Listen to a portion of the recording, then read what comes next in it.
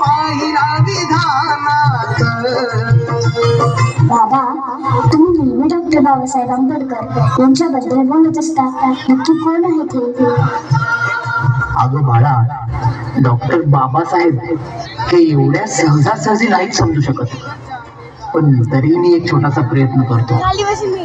14 April 1891 मध्ये अशा महामानवाचा जन्म झाला ज्याने देशाच्या संविधानाला जन्म दिला, आणि त्याच व्यक्तीमुळे आज भारत देशाचा संपूर्ण कारभार चालतो.